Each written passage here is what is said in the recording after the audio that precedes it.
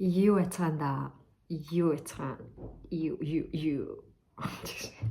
Энэ удаагийн имшлэг бол миний таад гарч нэрээс харсан мах ойлгомжтой. Яг өсвөр насндаа байхдаа өөртөө яг яагаад би өсвөр насндаа тэгдэг байсан юм бол гэж одоо яг бодож байгаа тийм зүйлнүүд гэсэн үг. За тэгээд аль болох нь уршихгүй зэгцтэй ярихыг хичээн. Тэгээд ингэж сууж мууж ярихтаа жоохон маруухан байгаа юм шиг би өөрөө юу боддог. Тэгээд тийм болохоор I will try. Надад бас зүйл хандаарай гэхгүй. Хамгийн ихний зүйл бол батга. Би өсвөр насндаа бол үнэхээр аимшигтай батгатай хүүхэд байсан. Үнэхээр амар байсан заяа. Тэгээд одоо бодох нэ би одоо л ингэж бодож байгаа болохоос биш тухайн үедээ бол одоо тухайн үеийн 13, 4, 5, 6-тай 9 бол тэрийг яагаад ч энгийнээр хэвийнээр хүлээж авч чадахгүй байхгүй юу. Тэгэхээр өөрийгөө ол буруутгахгүй байна. Тийм. Гэхдээ хэрвээ надад буцаад яг нэг 13, 4-тэй ч бүтэй болох боломж хэрвээ олдох юм бол олдохгүй л те. Гэхдээ зөв фэнтези те. Тэгэнгүүт би өөрийгөө амар аргадах байсан. Тийм. Зүгээр те болоод өнгөрчнөө. Тийм. Гэхдээ батгачаа гарахаа болохгүй ч гэсэн. Одоо та харж байгаас тий блог байгаас тий гарч ийн стил гарсаар л байна. Гэхдээ хамаагүй дээрцэн л те. Гэхдээ стил гарсаар байгаа. Тэгээд батга гарахаа болохгүй ч гэсэн чи аяандаа таснаа. Чи нэг хэвийн зүйл юм шиг хүлээж авдаг болж чаднаа гэж өөрийгөө тайлбарлах байсан байх. Тэгээд яагаад заавал миний нүрэн дээр ингэж гараад байгаа юм бол гэж их амар шаналдаг байсан. Тэгээд ангийнхаа охтуудыг харахаар нэг тийм биш. Нэг гой ярьстай л охтууд байдаг байсан санагдчихээн. Тэгээд тэгэнгүүт чинь хэрвээ бүх миний насныхан бүх манай найзууд бүх манай ангийн охтуудын нүүрэн дээр гардаг байсан бол би тэрийг за бүгдээрээ л гарч байгаа юм биш тэгээд нэг бодлын тайван байж болох байсан байгаа байхгүй юу. Тэгэнгүүт яг тэр үед бодногоот миний ярьслаа амар муухай миний ярьсан дээр л гараад исэн болохоор би яг төдий ирээр амар их шаналсан юм шиг ба нэг бодлын. За тэгээд хоёрт нь болохоор нэг тийм амар юу ч мэдгүй нь хайшаа. Би бол тэгтээ айгүй нэг тийм дэжгүүл арай амьдралын наан цаантай юмыг ойлгодог л тийнейжер байсан гэж өөрийгөө боддیں۔ Тэгэнгүүт тийм байсан байж нэг тийм амар magical ич хэдийн юм амар хүсэн заяа. Одоо жишээ нь ингээд за өглөөс ирлээ батга гарсан байх юм бол тэрийг шууд шахаал эсвэл ингээд үрж мүрээл за бүр амар харгас санддаг байсан за нүрийнхээ харсанд. Гэтэл яаж игээл ингээд арилгаал нэг цагийн дараа ч юм уу те эсвэл хичээлдээ явахаас өмнө зөгөөрөлцсөн байгаасаа энэ тэр гэж амар хүсдэг. Тэнгүүт чинь тийм юм хүсэнгүүт ингээд тэр үед тэгэл бүр ямар амар скин кэр зөвлөгөөнүүд явдаг байсан юм бэ бурхан минь. Лимоноор арч, сармсаар арчиж үлээ те соодтой яасан юугаар арч ямар юмны маск бла бла бла. Юу тэгээд хамгийн амар нь тэр болгоны хэрэглэж үзсэн байгаа байхгүй. Тэр зүгээр л яг нүүрэн дээр гарч байгаа батга штэ тий зүгээр л энгийн процесс штэ. Тэнгүүт тэр надад ч амар хүн дээр тусаад надад амар хүн дээр тусч байгаа манай гэрийнхэн аав ээжд манаас амар хүн дээр туссан юм шиг санагдтыг. Яг манай аав ч тэгж амар комплейн хийгээгүй л тий. Чи ингээд бид хоёрыг ингээд зовоогоод ямар ч аав ээж тэхгүй байх. Гэхдээ одоо бодох нэ зүгээр тийм амар их зовоос юм байна гэж би боддог. Яагаад тэгэхээр түрүүнийх шиг ич хэдийн амар magical гинти юм хүсээд шүү дээ. Шууд дор налга болгоод нэг өдөр гараад маргааш нь байхгүй болж молоо л тийм ич хэдийн юм хүсэнгүүд хэрэглэхгүй юм хэрэглэнэ. Хамгийн сайн гэсэн юм болгоныг хайн. За тэгэл хеликобактерийн шинжилгээ амар хөөгдөг байснаа санаж байна. За тэгэл ер нь одоо нөгөө эрдсийн шинжилгээнүүд амар хөөгдөг байснаа санаж байна. Нэгт имлэгээр амар их явдаг байсан. Хоёрт болонгууд гоо сайхны амар олон газруудаар явдаг байсан. Тэгээ тэр үед болохоор яг батга гэдэг чинь ингээд нэг хэрэглэгчийн бизнес талаас харах юм бол нэг хэрэглэгчийн пейн зовлон биш те. Тэнгүүд зовлон асуудал байгаа газар болгонд тэрийг шийдэх гэсэн бизнесийн шийдлүүд хаасаагүй л байж таараа. Тэнгүүд тэр үед амар их байдаг байсан юм шиг санагдаад байгаа хгүй надаа. Хаашаад гарна батганы имчилгээ яасан ийсэн гэл. Тэгээ би амар олон тийм хятад бичгтэй тийм курс юмнууд хэрэгэлдэг байснаа санаж байна. Шин цус чинь муудсан гэдэг утгатай имлэг нэг юм хэлээ. Тэгээд би цусаа ингээд авахулж ирснаа санаж байна. Тэр яг цусаа авахулах гэх юм даа шээ. Тэгээд ер нь процесс нь тийм заяа. Ингээд чиний цус чинь муу байгаа учраас нүрэн дээр ч юм гараад байна. Тийм учраас мууд цусыг чи аваад дахиад ингээд цус чинь сайнаараа шинээрээ ингээд эргэлтэн гэдэг тийм тайлбар надад хэлчихсэн санагдаад байгаа байхгүй. Гэх мэтчлэн тэгээд тэр болгонд чинь одоо энэ олон юм туршиж үзэх болгонд тэрийгээ дагаад маш их зардал, маш их мөнгө орно. Тэгэнгүүт би ингээл уг нь бол ингээд бас бодохны ингээд аав хоёроо уг нь амар баг зовоох юмсан гэж боддог байсан байхгүй тэр үед. Би аав хоёроо ийм аваадаг, тийм аваадаг, манай найзууд ингэж ин бла бла гэж зовоохгүй юмсан гэж амар их боддог байсан тийнейжер байсан. Гэхдээ батгандныхаа асуудал дээр бол нөө амар зовоосон юм байна гэж бодоод байгаа юм. Тэгэл би ч бүр уйлж унжаал нэг амар уйснаа сандаг. За ингээд миний хоёр хацраар дүүрэн батга. Тэгээд энэ юу вэ? Хоёр хацраар дүүрэн батга, тухаар дүүрэн батга гарч ирснийг санаж байна. Тэгээд би бүр ингээд шахаж махаад амар өөрийнхөө буруутай үйлдэлээс байгаа тэрийгээ бүр ингээд өрөвсүүлээд амар болгоцсон байгаа шүү дээ. Тэгснээ нэг өдөр босноо бүр ингээд хичээлдээ явахгүй амар уйлж ирснаа санаж байна заяа бүр ингээд. Тэгэл хөөх юм аа ууж хоёр мөн тэгэл яхаа мэдгүй. Yeah.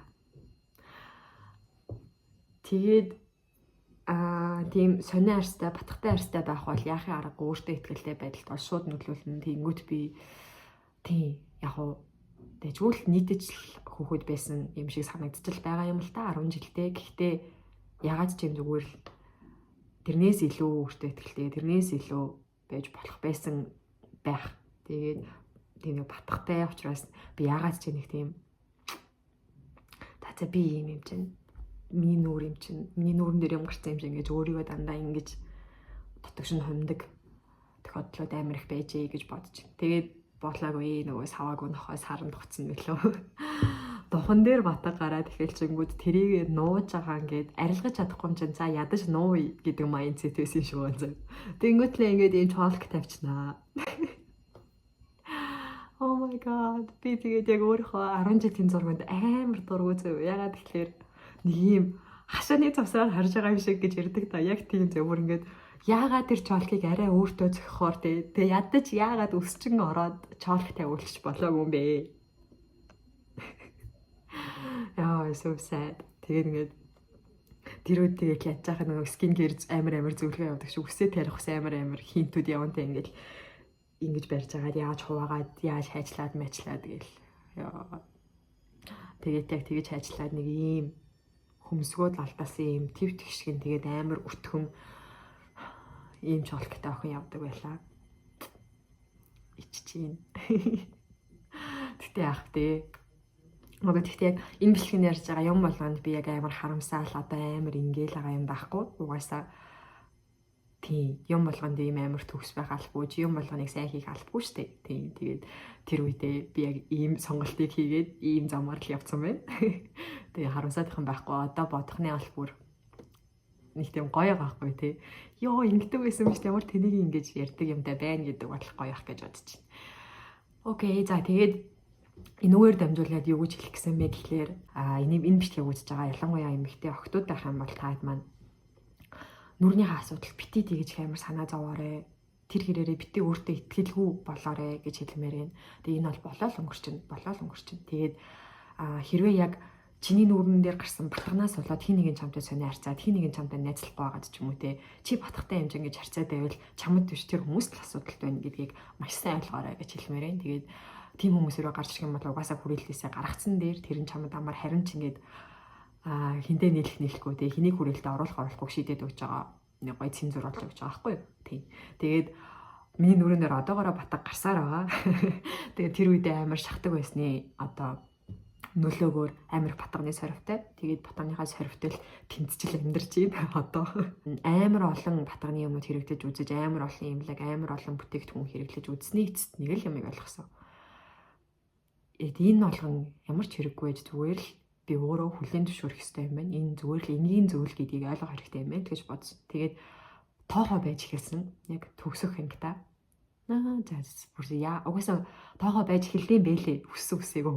Тэгээд сайн гэсэн юм болгоныг хэрэглэж үзээд хүмүүсийн зүйлс юм болгоныг хэрэглэж үзээд ямар ч үр дүн гарахгүй байнгут цөрөнгөө бараад хүсээгүй хүлээн зөвшөөрч эхэлдэм бэтээ.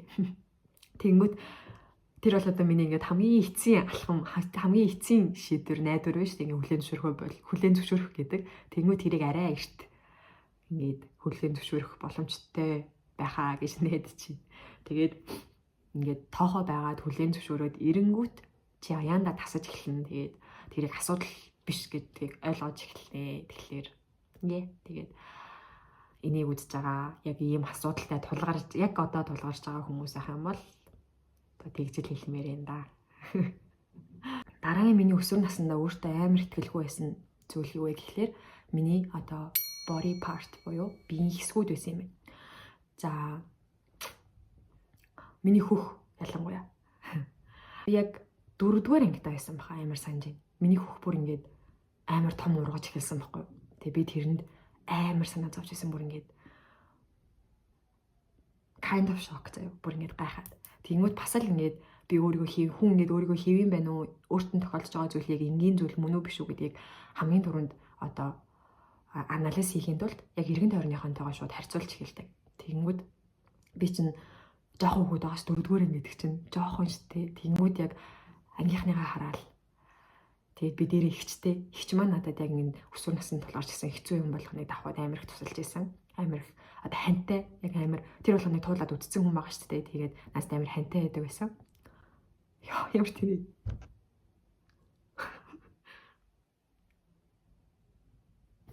Ой ямар тийм. Ой 900 тэнэгтэй байгаа нэ. Би ингээд амар emotional гэхгүй юу? As you can see харж байгаачлан. Тэгээд гэтээ яг ийм юм яриад уйлна гэж бодсонгүй, ямар тийм. Би зүгээр яг хичээгээр ярьсан болохоор л тэгж байгаа юм шүү. Завсралцгаая. Hi.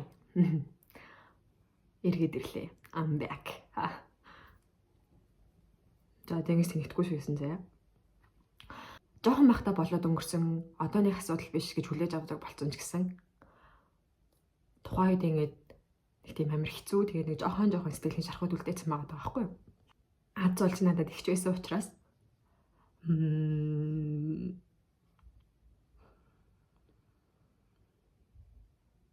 за энэсийг алгасцгаая. Ерөөсөө ярьж чадахгүй байна. 3-р ангиа төгсөөд 4-р ангидаа ордог жил гэсэн. Тэгэхээр бүр яг exactly 4-р ангич биш, бүр яг нэг тийм бүр жоохон байсан байгаа даа. Тэнгүүдийгээд миний хүн ингээд амар том ургасныг би бүр санах байхгүй. Тэгээд бүр ингээд гайхаад өөрөө ингээд толинд өөрийнхөө биеийг хараад ингээд шок болоод за. Тэгээд хичээл дээр очиод ангийнхныгаа харангууд what юу хөөхтэй бүр зүгээр л ингээд 4-р ангитэй. Тэгээд тийм болохоор би бүр ингээд амар шаналдаг байсан өөрийгөө. Өөрийгөө би ингээд юм гаж юм байна. Би ингээд энгийн хэвийн биш юм байна гэж шууд ингээд бодогддог байсан байгаа байхгүй. Тэгээд тэр үедээ би зүгээр л яг босодтой ажиллах байхын тулд надад миний хүүхийг битээ ургуулж өгөөч гэж бүр ингээд шүн унтахтаа ингээд амар их боддог заяа. Өргөн фаны. Тэгээд юу ийм нөө нэмгэн оруултнууд байдаг штеп, эсвэл алчуурнууд тэрүүгээр ингээд би ингээд цээж ороодаг заяа, бүр ингээд амар чанга ингээд цээж ороодаг. Амар жоохон хүн штеп одоо ингээд бодохоор. Тэг ингээд цээж амар ороодаг.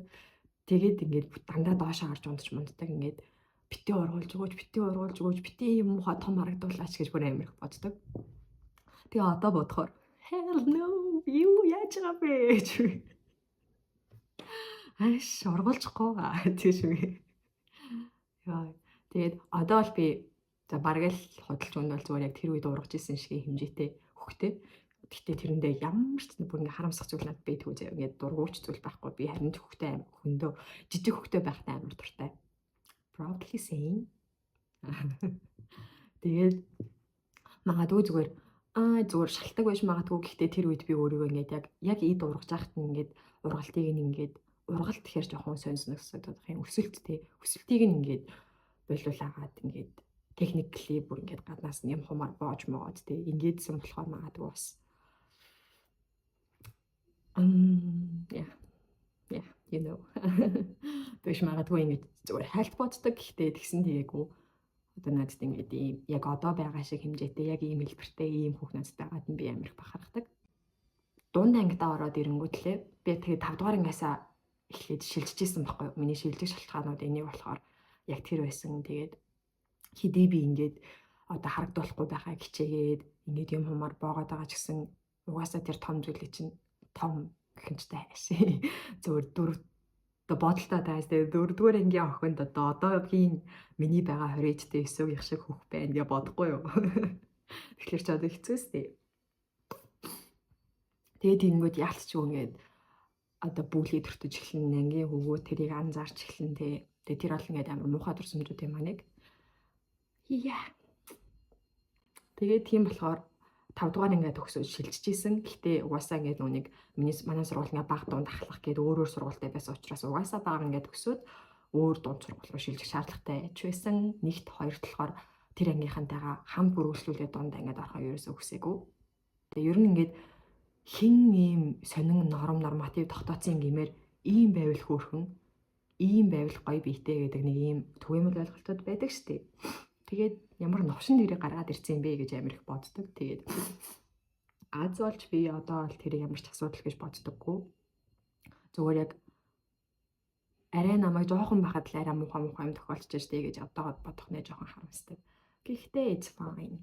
За тэгээд үүгээр юу гэж хэлэх гээд байна вэ гэхлээр яг түрүүний одоо батганы талаар ярьсантай яг адилхан. Хэрвээ чи өсвөр насны дээрээ байгаа. Тэгээд яг би чинь чамд нэг л сони юм шиг муухай юм шиг харагдаад чи өөрөө өөртөө царай муутай юм шиг санагдаад тий эсвэл хөх бүкс чинь чамд том ч юм уу эсвэл жижиг ч юм уу санагдаад байгаа бол энэ талаараа ерөөсөө бити бодоо өөрийгөө хин нэгэнтэй бити харьцуулаа. Тэрнийх том байна, минийх жижиг байна. Тэгэхээр энэ бол асуудал юм байна ч юм уу. Ингэж ерөөсөө бити бодоорой. Зүгээр л let it be. Тэр нь бол ингэж ямар ч биетэй байсан өөрийгөө хөөрхөн гэдэгт итгэх хэрэгтэй. Чи өөрөө өөрийгөө хөөрхөн гэж бодохгүй бол хинч чамайг хөөрхөн гэж бодохгүй. Окей?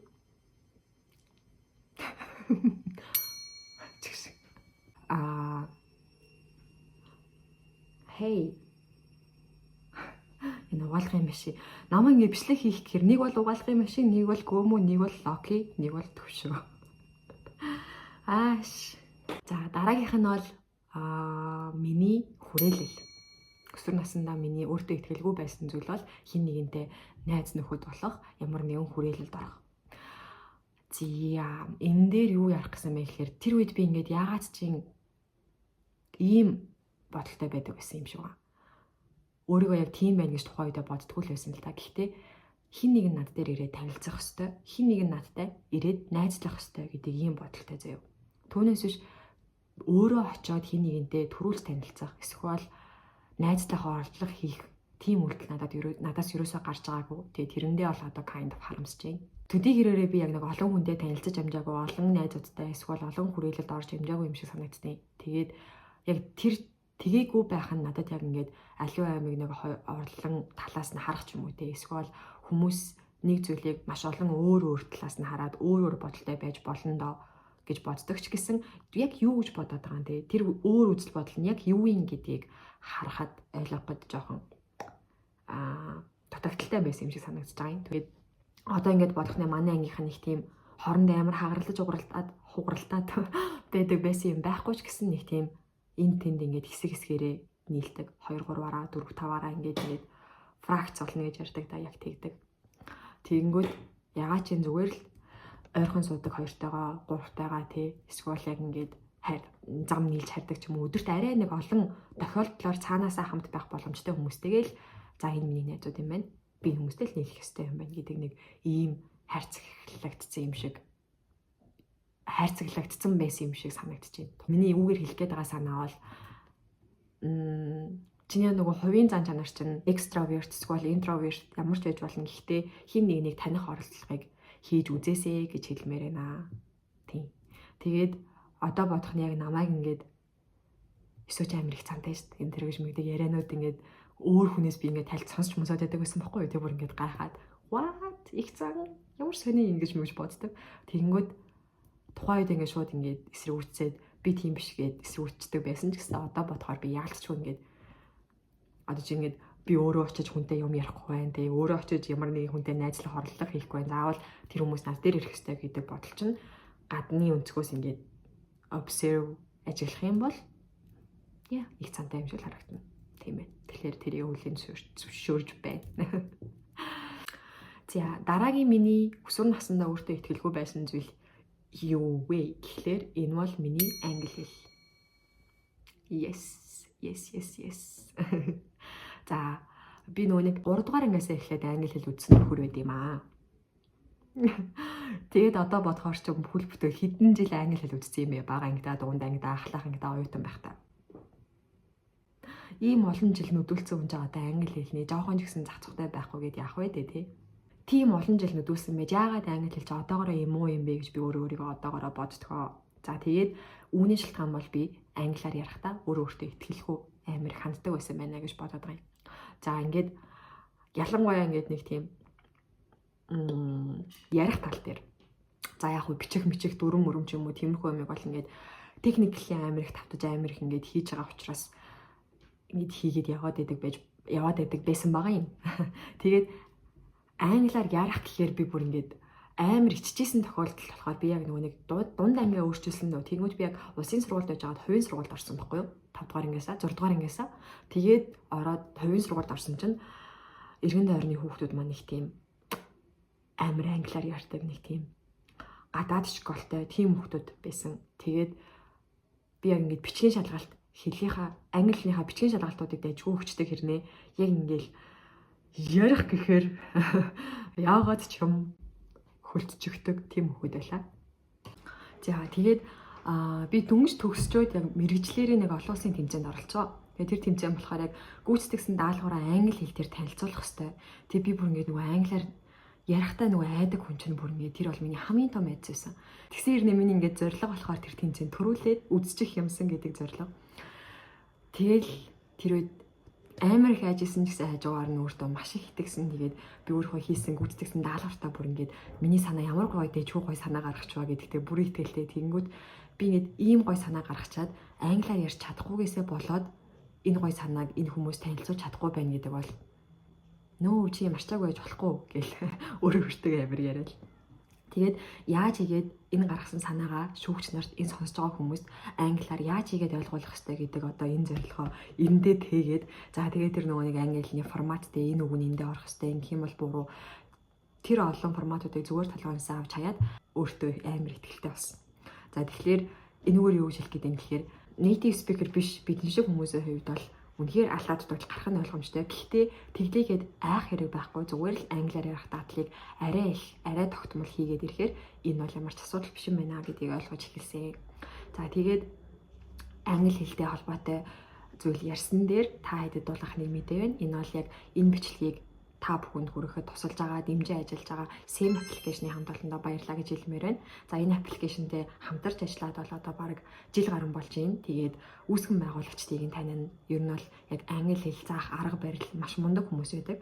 Анх бол яг Brighton гээд англи сургуулийн төвтэй байсан. За тэгээд яг үүсгэн байгуулагчид маань ингэж бодсон байгаа юм.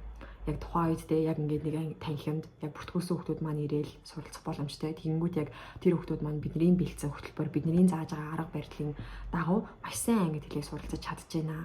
Тэгэнгүүт яг ингээд нэг танхимд бүртгүүлсэн эдгээр хүмүүс маань суuna гэдэг бол яг орон зай хувьд бол амар хязгаарлагдмал шүү дээ. Тийм учраас хинч хаанаас ч хандах боломжтой байхаар хөтөлбөрөө одоо боловсруулъя гэд SEM аппликейшнийг бий болгосон байгаа. Тэгээд миний хувьд бол яг энэ аппликейшн олон улсад ч гэсэн маш сонирхолтой, маш тийм шинэлэг ийм аппликейшн гэж би бол хувьдаа бодож байгаа. Яагаад тэгэхээр ингээд тийм англи хэл зааж байгаа энгийн нэг тийм уйтгартай концепттэй тийм аппликейшн биш.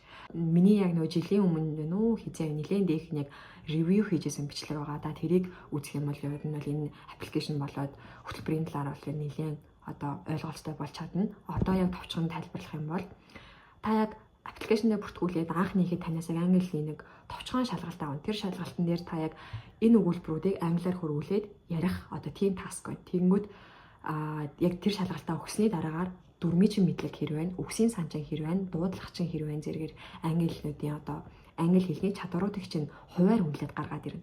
За тэгээд яг тэр өгсөн шалгалтын дээр чинь үндэслээд үгүй таны яг авсан дүн дээр чинь үндэслээд танд зориулсан тийм хөтөлбөрийг санал болгож байгаа юм. За тэгээд хөтөлбөрөө үзээд дууссаны дараагаар дахиад нөгөө анхаа өгчээсэн шалгалтаа өгөнгүүт одоо хэрэг сайжирсан байна вэ гэдэг маань бүр яг ингээд нүдэн дээр ил гараад ирдэг учраас өөрийнхөө өсөж дэвжиж байгааг ч гэсэн харах боломжтой. Тэр нь маш их таалагдчихсан.